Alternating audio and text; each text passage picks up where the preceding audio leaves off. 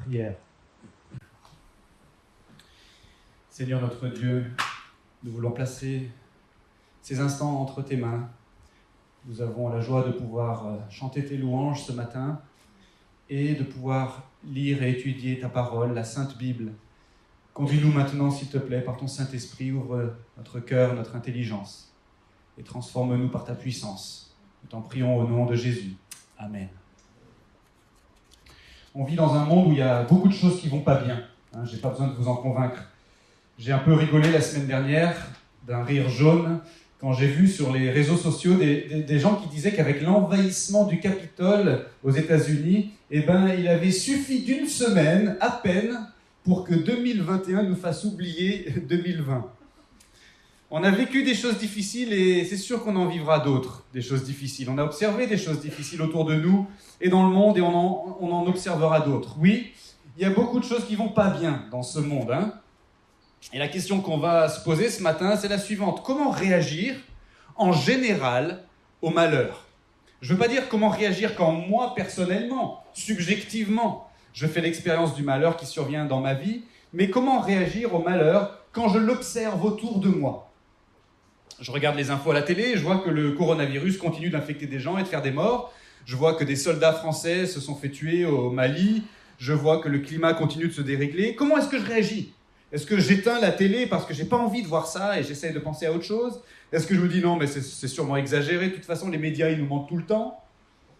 Je suis sur mon lieu de travail ou dans l'amphi à la fac et je vois que les gens qui ont le micro promeuvent l'immoralité et l'injustice et tout le monde a l'air d'être d'accord. Est-ce que ça me met en colère à l'intérieur et je passe mes journées à pester contre ces idiots ? Ou bien est-ce que je me replie sur moi-même et je me coupe des autres pour m'épargner cette frustration ? Je prends le café avec un voisin ou un ami et il m'apprend qu'il a perdu son travail, que son conjoint l'a abandonné, qu'il va devoir déménager avec ses 4 enfants dans un tout petit 2 pièces et qu'il prend des médicaments pour ne pas sombrer dans la dépression. Comment je réagis ? Est-ce que je prends mes distances avec cet ami parce que sa souffrance me fait peur ? Ou bien je suis en route pour l'église le dimanche matin et je vois des SDF allongés sur des matelas sous la voie ferrée alors que la température est en dessous de 0. Est-ce que je me dis au fond que ces gens, ils ne doivent pas y être pour rien s'ils sont à la rue aujourd'hui ? Est-ce que je me rassure quelque part en me disant ça ? Comment je réagis ? Eh bien, je participe à la réunion de prière le mardi soir ou le mercredi soir et un chrétien demande la prière pour une situation familiale difficile ou pour des problèmes de santé ou pour des difficultés rencontrées au travail. Est-ce que je réponds « Oui, bien sûr, on va prier. Qu'est-ce que ça doit être dur pour toi ?» Alors qu'au fond, je suis en train de me dire dans mon cœur « Mais prends-toi en main, chochotte. C'est fatigant de t'entendre te plaindre tous les mardis soirs. » Comment donc réagir, en général, aux choses qui ne vont pas bien dans notre monde quand on les observe autour de soi ? C'est une question à laquelle on a déjà pu réfléchir dans le cadre de notre série de messages sur le livre de Job, qu'on poursuit aujourd'hui, et à laquelle on va revenir encore ce matin, mais un peu plus spécifiquement, à travers le texte qu'on va lire et étudier dans un instant. Alors c'est vrai qu'au fur et à mesure de notre étude du livre de Job, on peut avoir l'impression que les messages se répètent. Et on peut trouver ça un peu lassant. Pourtant, tous ces textes ont des choses spécifiques à nous apprendre, et la leçon du passage qu'on va regarder dans un instant, celui qui va nous intéresser aujourd'hui, la leçon de ce passage, honnêtement, est une leçon difficile. Et c'est la suivante. C'est qu'en observant le malheur autour de nous, on devrait être incité à une extrême humilité qui procède d'une extrême lucidité. Une extrême humilité qui procède d'une extrême lucidité. Ferme la bouche et ouvre les yeux. Voilà le message de ce texte. Et on va essayer de voir ce que ça veut dire en pratique pour nous aujourd'hui. Mais si ça ne vous intéresse pas, ce matin, cette leçon, voici au moins ce qui pourrait vous intéresser. C'est que ce passage, c'est un des 2 seuls passages dans l'Ancien Testament où il est question explicitement de caca. Et ça, je sais que ça a le potentiel d'en intéresser quelques-uns parmi nous. Alors, comme on en a pris l'habitude ces derniers temps, on va lire le passage au fur et à mesure de la prédication pour essayer de mieux comprendre ce qui se passe dans ce texte. On reprend donc là où on s'était arrêté la semaine dernière. Les amis de Job sont en train de reprendre la parole, chacun à son tour, une deuxième fois, pour faire des reproches à Job. Ils sont persuadés que Job, cet homme sur qui le malheur s'est abattu, il a sûrement fait quelque chose de mal pour mériter ça. Mais Job, dans ses réponses, il s'en défend. il est persuadé, lui, d'être en réalité intègre devant Dieu. Pas sans péché, hein, mais intègre devant Dieu, confiant en Dieu et docile sous sa main. Et ça, il l'a répété à la fin de sa réponse à Bildad, c'est le nom d'un de ses amis, à la fin du chapitre 19. Il a même dit qu'il était persuadé que Dieu était son rédempteur, c'est-à-dire que Dieu lui était favorable, et que lui, Job, serait ainsi justifié dans l'au-delà, au jour du jugement, alors que ses amis, eux, qui lui font des reproches, eux devraient s'inquiéter de ce qui leur arrivera à eux au jour du jugement. C'est ça qu'il leur dit à la fin du chapitre 19.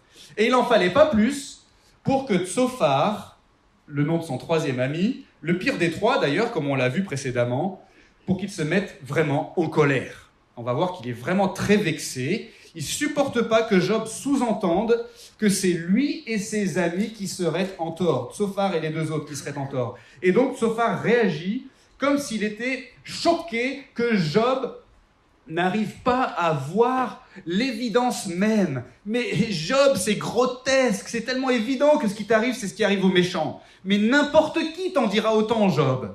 J'en peux plus tellement t'es aveugle sur ta propre condition. Et donc, Tsophar va essayer de secouer Job en le forçant à voir le parallèle entre sa condition et celle ordinaire des méchants, d'après lui, d'après Tsophar.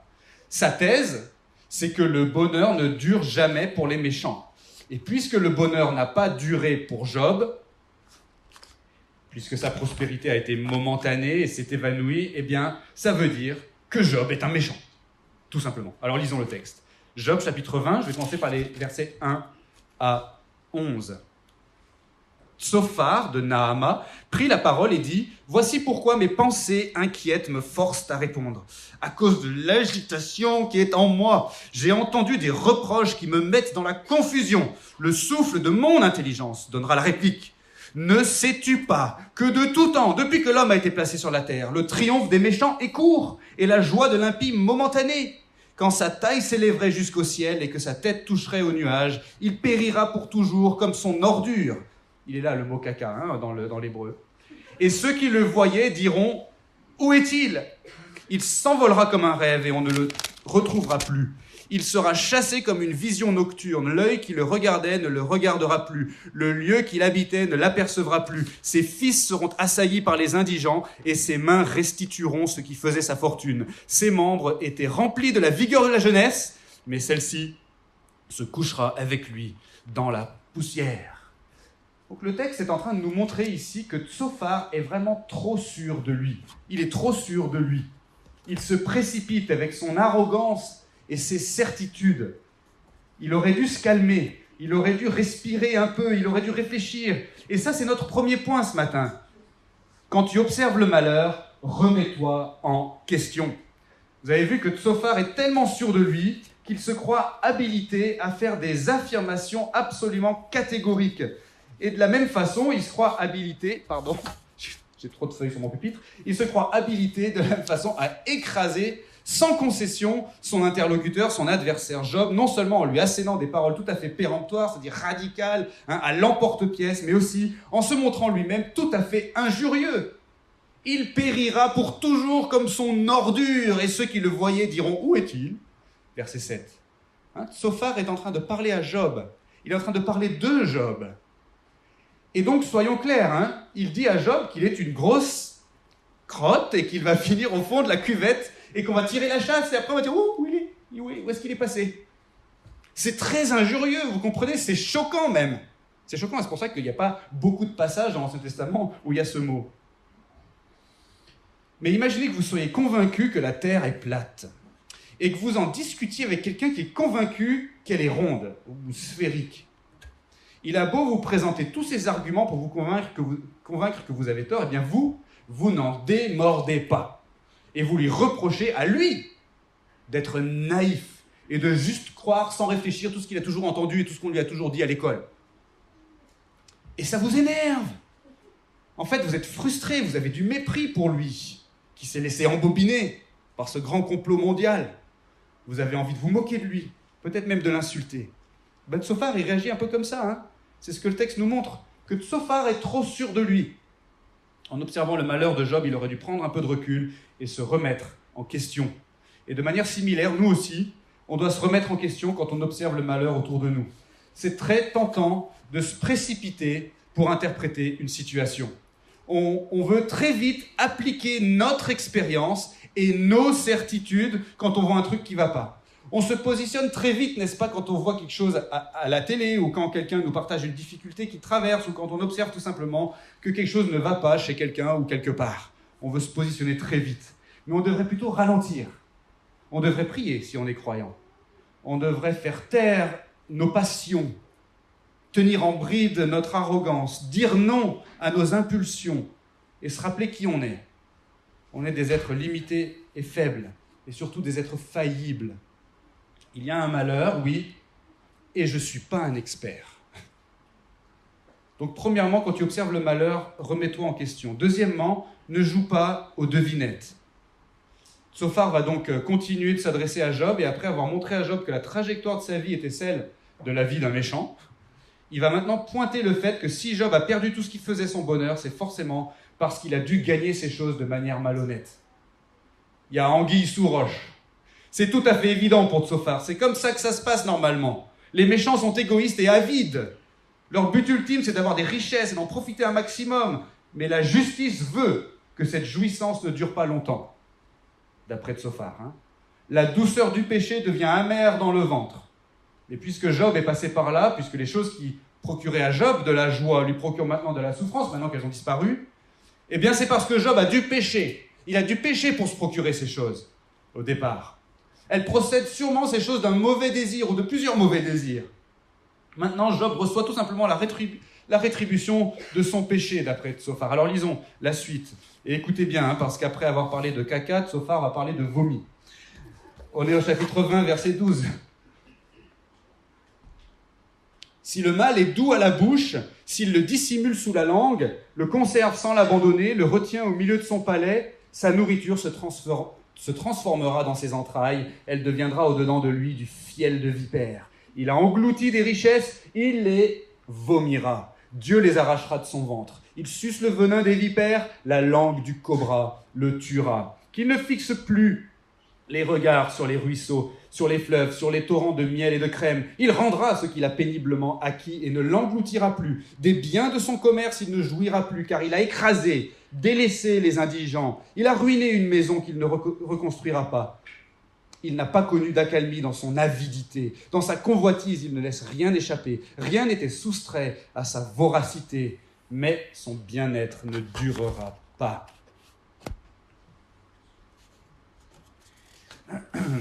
Le texte nous montre maintenant que Sophar est en train de juger les motivations secrètes de Job. Il lui reproche un péché que lui, Sophar, ne peut pas observer directement. Il suppose que Job, qui était si prospère, avait gagné cette stature, cette prospérité, par des procédés suspects et avec des motivations mauvaises. Vous voyez, il devine ce qu'il y a dans le cœur de Job. Tu aimais le mal, Job, parce que ça te procurait du confort et du plaisir, j'en suis sûr. Tu as triché pour devenir riche et puissant. Tu étais motivé par la convoitise. Dans ta voracité, Job, tu as dû exploiter les vulnérables pour t'enrichir, j'en suis sûr. Et bien voilà, Job, tu récoltes maintenant ce que tu as semé. Et on comprend évidemment que Sophar est complètement à côté de la plaque. Mais le problème qui est souligné en particulier, c'est qu'il s'égare, Sophar, en supposant des choses qu'il ne peut pas vérifier. Il fait un procès d'intention à Job. Il pense qu'il voit dans son cœur et qu'il peut dénoncer le mal qu'il y a dedans. Mais nous, on sait qu'il fait un très mauvais diagnostic, parce que nous, on a lu le reste de l'histoire, on a lu le prologue notamment. Et vous pouvez demander aux médecins qui sont dans notre église, si on fait un mauvais diagnostic, ça peut être très grave à la fin, pour le patient. Les bons médecins, normalement, ils ne jouent pas aux devinettes. Voyons. Vous avez mal au ventre? Là? Ah! Je parie que vous avez trop mangé de galettes des rois cette semaine. C'est bien ça, hein? Ah, c'est sûr. Vous avez abusé de la galette, je le vois dans vos yeux. Ça vous apprendra. Eh tant pis pour vous. Vous aviez qu'à vous retenir. Ça vous servira de leçon. Et pendant ce temps, peut-être que l'appendicite va empirer, se transformer en péritonite qui elle-même pourrait provoquer la mort du patient. Sophar non plus, dans notre texte, n'aurait pas dû jouer aux devinettes. Et nous non plus, quand on observe le malheur autour de nous, on ne doit pas jouer aux devinettes. C'est très tentant, quand on voit des choses qui ne vont pas bien autour de nous positionner sur le pourquoi de l'affaire. Mais on n'a presque jamais, pour ne pas dire simplement jamais, on n'a jamais tous les éléments pour pouvoir le faire, pour pouvoir se positionner sur le pourquoi de l'affaire. Surtout, c'est tentant d'expliquer le malheur en le rapportant à une faute, soit une faute morale, soit, sans aller jusque-là, tout simplement une imprudence, parce que c'est rassurant pour nous de se dire ça. Mais s'il n'y a pas de faute évidente, on va facilement imaginer qu'il y a une faute sûrement dans le cœur de quelqu'un, une faute cachée, une faute secrète, une faute qui n'est pas avouée, ou qui est peut-être minimisée. Peut-être même que c'est quelque chose dont personne n'a encore conscience, une faute involontaire, et encore inconnue, mais que nous, on soupçonne. Ou sans aller jusqu'à une faute, on va soupçonner, je le disais, l'imprudence, ou l'immaturité, la naïveté, le manque d'expérience, ou au moins une erreur, une défaillance, un défaut quelconque. Il y a quelque chose qui cloche quelque part pour que ça aille mal comme ça. Mais il ne faut pas faire ça. Il nous est impossible de tout savoir, et donc il nous est impossible de donner une explication complète au malheur. Et si ça c'est vrai, alors on doit se montrer extrêmement prudent. En observant le malheur, ne joue pas aux devinettes. Troisièmement, descends de tes grands chevaux. On revient au texte, toujours au chapitre 20, qui est en train donc de nous rapporter les paroles que Tsophar adresse à Job et qui est en train, ce texte, de nous montrer ce que Tsophar fait de mal. Et Tsophar va conclure son intervention en prononçant tout simplement un jugement contre Job. Tsophar, il a établi le parallèle entre la condition de Job et la condition des méchants, et maintenant il décrit le sort qui est réservé aux méchants, c'est-à-dire le châtiment de Dieu, sous-entendu le sort réservé à Job. Un châtiment que Tsophar va décrire en des termes absolument horribles. Et ce qui doit nous frapper, c'est que Tsophar se permet de parler avec une grande autorité du jugement de Dieu lui-même. Tsophar, vous allez voir, il va faire des affirmations qui engagent Dieu, qui engagent le ciel, qui engagent l'éternité. Tsophar, il se prend pour un prophète, tout simplement. Et il prononce la condamnation de Job. Mais il n'aurait jamais dû monter sur ses grands chevaux comme ça. Regardons le texte, chapitre 20, la suite, verset 22, à la fin du chapitre. « Au milieu de son abondance, il sera dans la détresse. Toute action le rendra malheureux. Alors qu'il se remplit le ventre, Dieu enverra sur lui l'ardeur de sa colère et fera pleuvoir sur lui des flèches qui pénétreront dans sa chair. S'il prend la fuite devant les armes de fer, l'arc de bronze le transpercera. S'il arrache de son corps une flèche et une lame étincelante de son foie, les terreurs viendront sur lui. Toutes les ténèbres sont tenues en réserve pour ses trésors. Un feu que personne n'attisera le dévorera, et ce qui restera de sa tente en deviendra la pâture. Le ciel révélera sa faute, et la terre s'élèvera contre lui. Les revenus de sa maison seront balayés, emportés au jour de la colère de Dieu. Tel est de la part de Dieu le lot de l'homme méchant, sous-entendu Job, et ce que de la part de Dieu il retirera de ses discours. Donc, Tsophar prononce la condamnation de Job en parlant pour Dieu. Il dit que ce qui lui est arrivé à Job dans son expérience du malheur, c'est le châtiment de Dieu, c'est l'expression de sa colère. Et encore, il n'a pas encore tout reçu. Il dit même que toute la création témoigne contre lui, contre Job. Tsophar, vous voyez, il se donne une grande autorité quand même, Et bien sûr, le texte est en train de nous montrer que Tsophar ne devrait pas du tout parler comme ça, puisqu'on sait que Job est intègre en réalité devant Dieu. Alors, comme on l'a vu la dernière fois, la semaine dernière, Tsophar, en fait, il fait un peu comme Bildad, celui qui a parlé avant lui. C'est-à-dire qu'il ne dit rien, à ce moment-là en tout cas, qui soit techniquement faux en soi. C'est vrai que le mal est détestable aux yeux de Dieu. Et c'est vrai que la justice de Dieu, qui implique le châtiment, c'est quelque chose de redoutable quand on fait le mal. Mais cette vérité est extrêmement mal appliquée dans cette situation. Et voilà, puisque Tsophar a fait un mauvais diagnostic en jouant aux devinettes, il administre un mauvais traitement, un mauvais médicament, ou plutôt un bon médicament, mais pas pour la bonne maladie, comme on le disait la semaine dernière. Et vous savez très bien que ça peut être très dangereux de faire ça, hein. D'ailleurs, depuis des mois, on n'arrête pas de débattre sur la meilleure façon de traiter les patients atteints de la Covid. Et au cœur de ces débats, il y a souvent des questions de médicaments. Est-ce qu'on devrait traiter massivement les patients avec tel ou tel médicament? Ou bien est-ce que ce médicament présente des dangers, donc il vaut mieux pas les traiter avec ces médicaments? En fait, pratiquement tout médicament présente des risques d'effets secondaires ou de complications, et donc c'est la raison pour laquelle on veut vraiment s'assurer qu'on administre toujours le bon médicament pour la bonne maladie, parce que c'est pas anodin de prendre un médicament. C'est pas anodin non plus de dire quelque chose en réponse au malheur qu'on observe autour de soi. C'est jamais anodin de dire quelque chose en réponse au malheur qu'on observe autour de soi, mais on ne veut pas faire comme Tsophar, sous peine d'effets secondaires désastreux. On doit descendre de nos grands chevaux. On doit tourner 7 fois la langue dans la bouche avant de parler. On doit tourner 7 fois ses pouces dans la poche avant de tweeter ou de dire ce qu'on pense sur Facebook.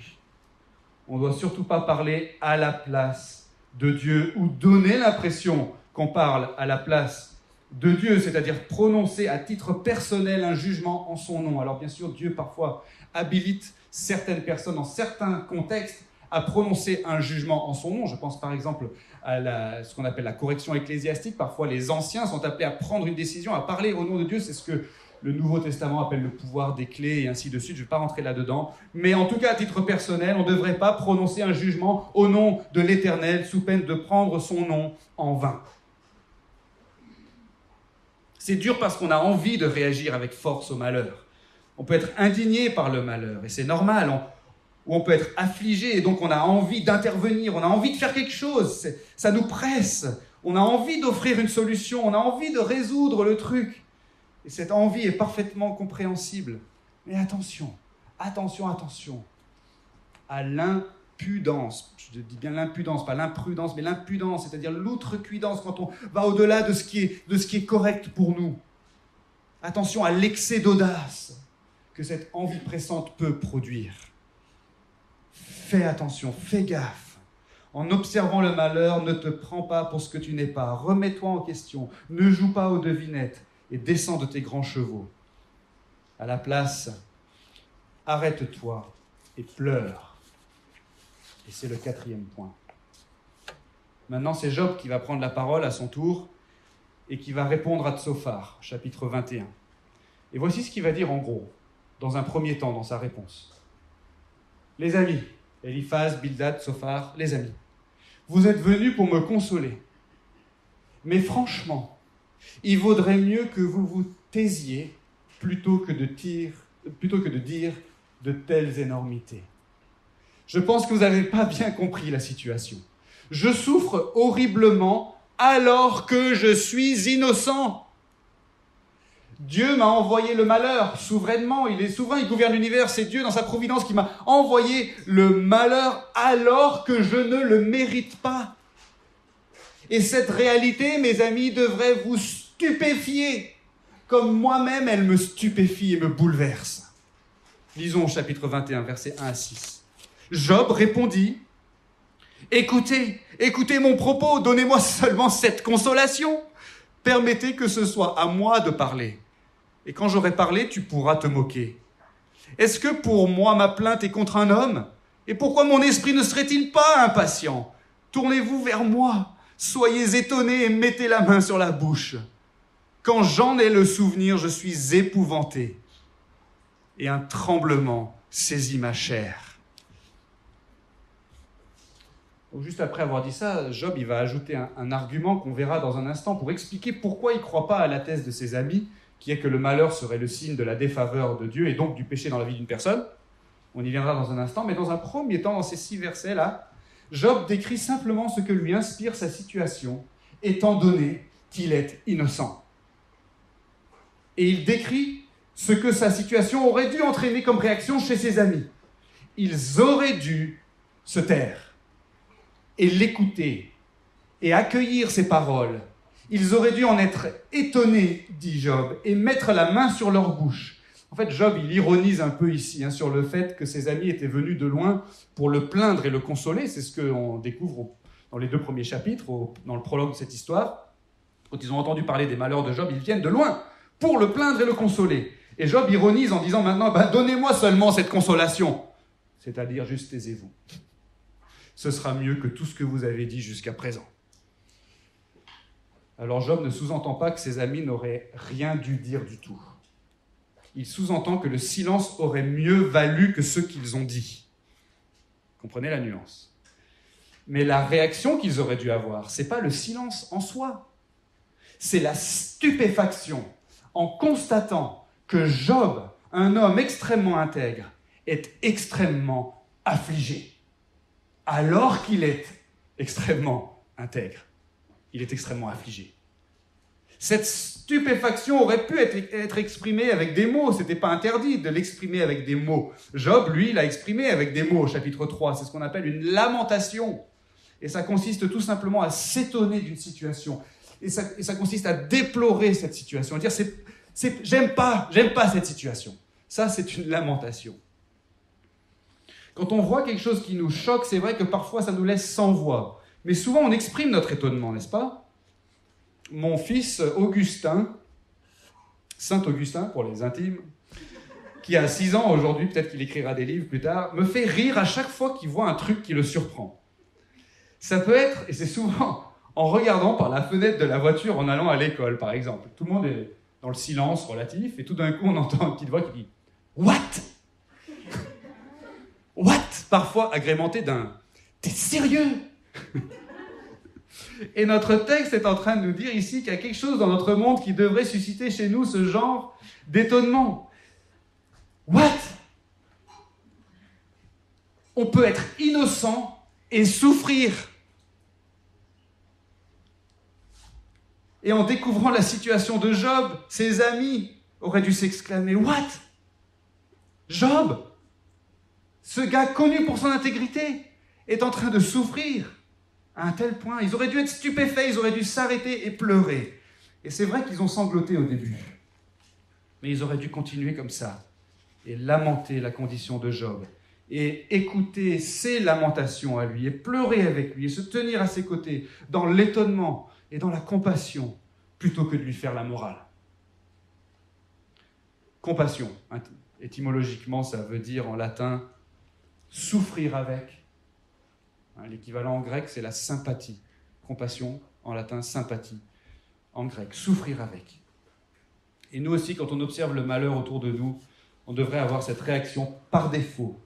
Non pas de nous précipiter pour dire quelque chose, pour donner une explication, pour proposer une solution, pour prononcer un jugement, mais de nous arrêter et de pleurer. La souffrance existe. Et elle est choquante. Le malheur frappe. Et il frappe même des innocents. 5 personnes sont mortes dans les émeutes à Washington. C'est horrible. On n'est pas habilité à expliquer ou à juger, mais on est habilité à s'arrêter et à pleurer, à déplorer la souffrance, à se lamenter et à prier. Des SDF dorment dans la rue en plein hiver, dans des températures en dessous de 0. Certains vont mourir cet hiver. C'est choquant. Arrête-toi et pleure.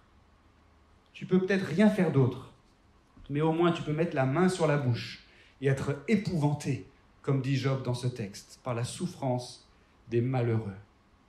Ton voisin tombe gravement malade, ton ami est abandonné par son conjoint, ton frère fait faillite. What? Je suis stupéfait. Et un tremblement saisit ma chair, comme dirait Job. Pourquoi? Parce que le malheur existe dans ce monde, et c'est une réalité scandaleuse. Ce qui nous amène au dernier point. Regarde la réalité en face. On revient une dernière fois au texte, et c'est donc Job qui est en train de répondre à Tsophar, et maintenant tout le reste de sa réponse va consister tout simplement à décrire une réalité dans notre monde que les amis de Job ne voyaient pas ou bien qu'ils ne voulaient pas voir. Je vous rappelle que leur thèse, leur présupposé aux amis de Job, qui fondent toute leur analyse de la situation et de l'expérience de Job, leur thèse, c'est que le malheur frappe les gens qui ont fait quelque chose pour le mériter. Mais la réalité que Job va leur décrire maintenant, c'est qu'en fait, ici-bas, la plupart des méchants sont rarement inquiétés pour leur méchanceté. Lisons partir du verset 7 jusqu'à la fin. Pourquoi vieillissent-ils, les méchants, hein, et même reprennent-ils des forces? Leur descendance s'affermit avec eux, en leur présence, et leurs rejetons prospèrent sous leurs yeux. Dans leur maison, c'est la paix et non la peur. Le bâton de Dieu n'est pas contre eux. Leur taureau est fécond sans insuccès. Leur vache met bas et n'avorte pas. Ils laissent courir leurs gamins comme le petit bétail et leurs fils prennent leurs ébats. Ils élèvent la voix au son du tambourin et de la harpe. Ils se réjouissent au son du chalumeau. Leurs jours s'achèvent dans le bonheur. Mais en un instant, ils sont terrifiés par le séjour des morts. Ils disaient pourtant à Dieu, « Écarte-toi de nous. Nous ne voulons pas connaître tes voies. Qu'est-ce que le Tout-Puissant pour que nous le servions? Que gagnerions-nous à le supplier? Certes, leur bonheur n'est pas entre leurs mains. Le conseil des méchants est bien loin de moi. Mais arrive-t-il souvent que la lampe des méchants s'éteigne, que la misère fonde sur eux, que Dieu leur distribue leur part dans sa colère, qu'ils soient comme la paille emportée par le vent, comme la balle enlevée par le tourbillon? Est-ce pour les fils du méchant que Dieu réserve son châtiment? C'est lui que Dieu devrait punir, pour qu'il le reconnaisse. Ses yeux devraient contempler sa propre misère. C'est lui qui devrait s'abreuver de la fureur du Tout-Puissant. En effet, que lui importe sa maison après lui, quand le nombre de ses mois est mesuré? Est-ce à Dieu qu'on enseignera la connaissance, à lui qui gouverne les êtres supérieurs? L'un meurt au sein de son intégrité, de sa tranquillité totale et de son insouciance. Au lieu d'intégrité, il faut peut-être dire prospérité, hein. Dans sa tranquillité totale et de son insouciance, les flancs chargés de graisse et la moelle des os remplie de sève. L'autre meurt, l'amertume dans l'âme, sans avoir goûté au bonheur. Ensemble, ils se couchent dans la poussière et la vermine les recouvre. Je connais bien vos pensées et les réflexions par lesquelles vous me faites tort. Quand vous dites « Où est la maison du notable? Où est la tente qu'habitaient les méchants ?» Mais quoi? N'avez-vous pas interrogé les passants? Et voulez-vous méconnaître ce qu'ils prouvent? Au jour de la misère, celui qui fait le mal est épargné. Au jour où le courroux se déchaîne, qui lui reproche en face sa conduite? Qui lui rend ce qu'il a fait? Il est porté au cimetière et l'on veillera sur son sépulcre. Les mottes de la vallée lui sont légères. Tout homme se laisse entraîner derrière lui. Des gens sans nombre l'avaient précédé. Pourquoi donc m'offrez-vous de vaines consolations? Ce qui reste de vos réponses n'est que tromperie. Voilà donc en gros ce que Job est en train de dire à ses amis. Regardez un peu autour de vous. Premièrement, contrairement à ce que vous dites, les méchants connaissent le bonheur sur la terre, un bonheur durable. Et en plus, ils obtiennent ce bonheur comment? Eh bien précisément en rejetant ouvertement Dieu. Versets 7 à 16. Deuxièmement, ces méchants arrivent à la fin de leur vie sans jamais être châtiés pour leur méchanceté. Alors qu'il y a des gens, à l'inverse, qui souffrent, mais qui ne sont pas forcément méchants. Versets 17 à 26. Troisièmement, mes amis, les méchants ne sont presque jamais inquiétés ou dénoncés. Et même après leur mort, on continue de les admirer et de les honorer. Versets 27 à 33. Donc en conclusion, mes amis, Eliphaz, Bildad, Tsophar, en conclusion, vous racontez n'importe quoi. Verset 34. Job invite ses amis à regarder la réalité en face. Et en regardant la réalité en face, ces trois compères devraient revoir leurs présupposés. Non seulement les innocents souffrent, comme Job, mais les méchants prospèrent. Telle est la réalité. Et cette réalité devrait leur faire baisser la tête. Non, le monde ne fonctionne pas selon un principe de rétribution mécanique, ce que d'autres appelleraient le principe du karma, où si tu fais le bien, t'es récompensé, si tu fais le mal, t'es châtié. C'est comme ça. Non, ça marche pas comme ça, parce que de toute évidence, le mal, ça paye bien en fait. En fait, on dirait bien que quand on rejette Dieu, ça rapporte plus. Et ça, c'est dingue, parce que le reproche que le diable avait fait concernant Job au tout début de l'histoire, c'était qu'il craignait Dieu pour obtenir quelque chose en retour. Le diable avait dit que Job était fidèle à Dieu, certes, mais de manière intéressée. Or, Job est en train de dire ici que ceux qui veulent vraiment connaître la prospérité ici-bas, il ferait mieux d'être méchants plutôt qu'intègres et justes, vous comprenez? Et cette réalité, on la constate aussi aujourd'hui, non? Qui sont les gens les plus riches du monde aujourd'hui? Qui sont les gens les plus puissants? Qui sont les gens les plus étincelants dans ce monde? Qui sont les gens dont on parle dans les médias quand ils meurent et qu'on commémore même après leur disparition et dont on protège la tombe? Qui voit-on sur les affiches électorales ou en couverture des magazines? Est-ce que ce sont pour la plupart des gens honnêtes, qui craignent Dieu, qui respectent la loi, qui prennent soin de la veuve et de l'orphelin? Pas sûr. Et donc, quand on observe le malheur autour de soi, on doit regarder la réalité en face. Le malheur existe. Et il frappe pas seulement les méchants. On dirait même qu'il frappe moins les méchants. On dirait que c'est cool de ne pas croire en Dieu et de tricher pour devenir riche et d'exploiter les faibles et de tromper son conjoint et d'avoir une vie résolument centrée sur soi-même. On a l'impression que c'est cool. Mais regarder la réalité en face, ça ne doit pas nous conduire au cynisme non plus. Oscar Wilde a dit, le poète irlandais a dit que le cynisme, ça consiste à voir les choses telles qu'elles sont et non telles qu'elles devraient être. Mais Job, il voit les choses telles qu'elles sont et pourtant ça ne le conduit pas au cynisme parce que lui a résolu, malgré tout, d'être quand même fidèle à Dieu. Autrement dit, Job voit les choses telles qu'elles sont, mais il les voit aussi telles qu'elles devraient être. Et à notre tour aujourd'hui, on doit regarder la réalité en face pour que cette réalité honnêtement nous fasse mal. Comme elle fait mal à Job et comme elle devrait faire mal à ses amis. On devrait regarder la réalité en face pour voir que cette réalité est effroyable. On vit dans un monde profondément dysfonctionnel, brisé, où le malheur existe et où le malheur n'est pas corrélé à la moralité des gens. Et si c'est vrai, alors quand on observe la souffrance autour de soi, ça devrait avant tout nous maintenir dans une forme d'effarement et de crainte. Un peu comme quand on se trouve devant un volcan en éruption ou une tornade ou une avalanche. Waouh, c'est un truc horrible qui existe, que j'ai en face de moi. Et ça me dépasse complètement. Comment donc réagir au malheur quand je l'observe autour de moi ? Eh bien, on l'a dit en introduction, la leçon de tout ce passage, c'est qu'en observant le malheur autour de nous, on devrait être incité à une extrême humilité qui procède d'une extrême lucidité. Ferme la bouche et ouvre les yeux. Voilà le message de Job pour nous. Quand tu observes le malheur, remets-toi en question. Ne joue pas aux devinettes. Descends de tes grands chevaux, arrête-toi et pleure. Et enfin, regarde la réalité en face. C'est un monde cruel que celui dans lequel on vit. Bien sûr qu'il y a aussi beaucoup de joie autour de nous, beaucoup de plaisir à partager, beaucoup de bonheur avec un petit B qu'on peut observer chez les gens. Mais le malheur est aussi une effroyable réalité. Il peut s'abattre du jour au lendemain, sans explication, sans cause qu'on puisse discerner, sans discrimination sur des gens qui n'ont rien demandé à personne, et même sur des gens particulièrement faibles et vulnérables, comme des bébés ou de jeunes enfants, ou bien sur des gens particulièrement fidèles à Dieu, qui l'aiment de tout leur cœur. Le malheur et l'injustice sont là. On y est confronté facilement tous les jours. En réaction, on peut être tenté d'opter pour le déni, ou pour la colère, ou pour le repli sur soi, ou pour le jugement, ou pour le désespoir. Mais ce texte nous dit d'opter pour la stupeur et la compassion. Le problème, c'est qu'on ne peut pas tenir longtemps dans cette posture sans avoir au moins quelques certitudes. Et comme on l'a vu jusqu'ici dans cette série de messages, si Job est capable de persévérer dans son extrême affliction, sans tomber dans un désespoir absolu ou sans devenir fou, c'est parce qu'il a des certitudes concernant le caractère de Dieu. Et même dans notre passage, Job fait allusion à ce qu'il sait sur Dieu. Il est persuadé que Dieu est juste, il est persuadé que Dieu est souverain. Ça fait partie des raisons pour lesquelles Job est convaincu que Dieu exercera sa justice un jour, au moins dans l'au-delà. Et donc Job peut persévérer quand toutes les circonstances lui sont contraires ici-bas.